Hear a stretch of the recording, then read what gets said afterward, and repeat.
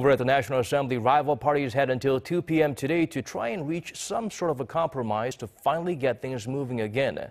The deadline has passed, but the major parties continued talks throughout the day to narrow out their differences, and now a meeting between the floor leaders is underway. Kim Mi-ji has the latest from Parliament.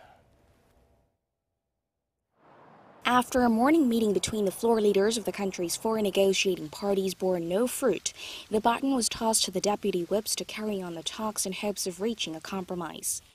The National Assembly Speaker had given rival parties until 2 p.m. Tuesday to strike a deal to normalize Parliament.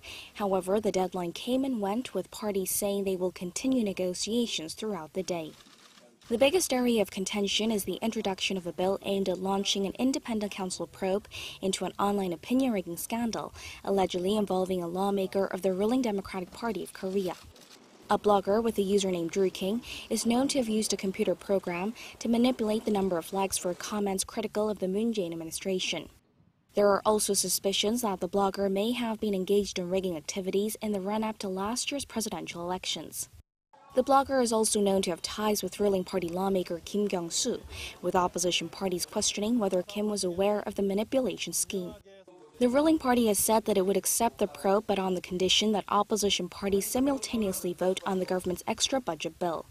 It also wants the right to veto the independent council recommended by the opposition. The opposition bloc, however, says the ruling party needs to accept the probe, no strings attached. For now, it seems unclear when or how rival parties can put an end to the month-long standstill. Partisan wrangling intensified over the weekend after a man punched the floor leader of the main opposition Liberty Korea party in the face while he was on a hunger strike over the opinion rigging scandal.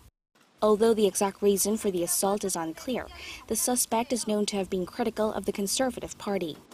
But there's also hope that some sort of last-minute deal could come along, with pressure mounting on Parliament for having gotten no work done since April. On top of that, there are lawmakers resigning to run in next month's local elections. The Assembly needs to process their resignations by next Monday so that by-elections can be held in the vacant districts. Kim Mi-ji, Arirang News.